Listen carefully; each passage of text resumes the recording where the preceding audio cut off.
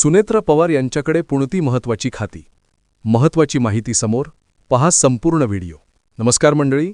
राज्यातील राजकारणात एक ऐतिहासिक आणि मोठी घडामोड घडत आहे. राज्याचे दिग्गज नेते आणि माजी उपमुख्यमंत्री अजित पवार यांच्या आकस्मिक निधनानंतर निर्माण झालेली राजकीय पोकळी आता भरून निघत आहे. त्यांच्या पत्नी सुनेत्रा पवार उपमुख्यमंत्रीपदाची शपथ घेणार आहेत. यामुळे महाराष्ट्राला पहिल्यांदाच महिला उपमुख्यमंत्री मिळणार आहेत.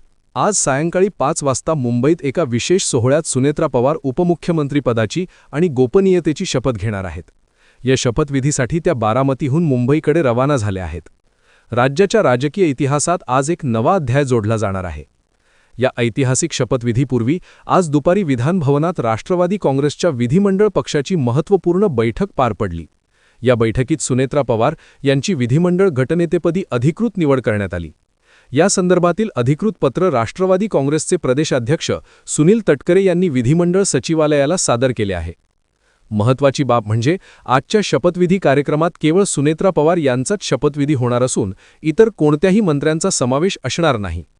उपमुख्यमंत्रीपदाची जबाबदारी स्वीकारल्यानंतर घटनात्मक तरतुदीनुसार त्यांना त्यांच्या राज्यसभा सदस्यत्वाचा राजीनामा द्यावा लागणार आहे. दरम्यान सुनेत्रा पवार यांच्याकडे कोणती खाती दिली जाणार याबाबत राजकीय वर्तुळात मोठी उत्सुकता होती. मिळालेल्या माहितीनुसार अजित पवारांकडे असलेले अत्यंत महत्त्वाचे अर्थखाते तात्काळ सुनेत्रा पवार यांच्याकडे दिले जाणार नाही. मात्र राज्य उत्पादन शुल्क आणि क्रीडा विभागाची जबाबदारी त्यांच्याकडे कायम राहणार आहे.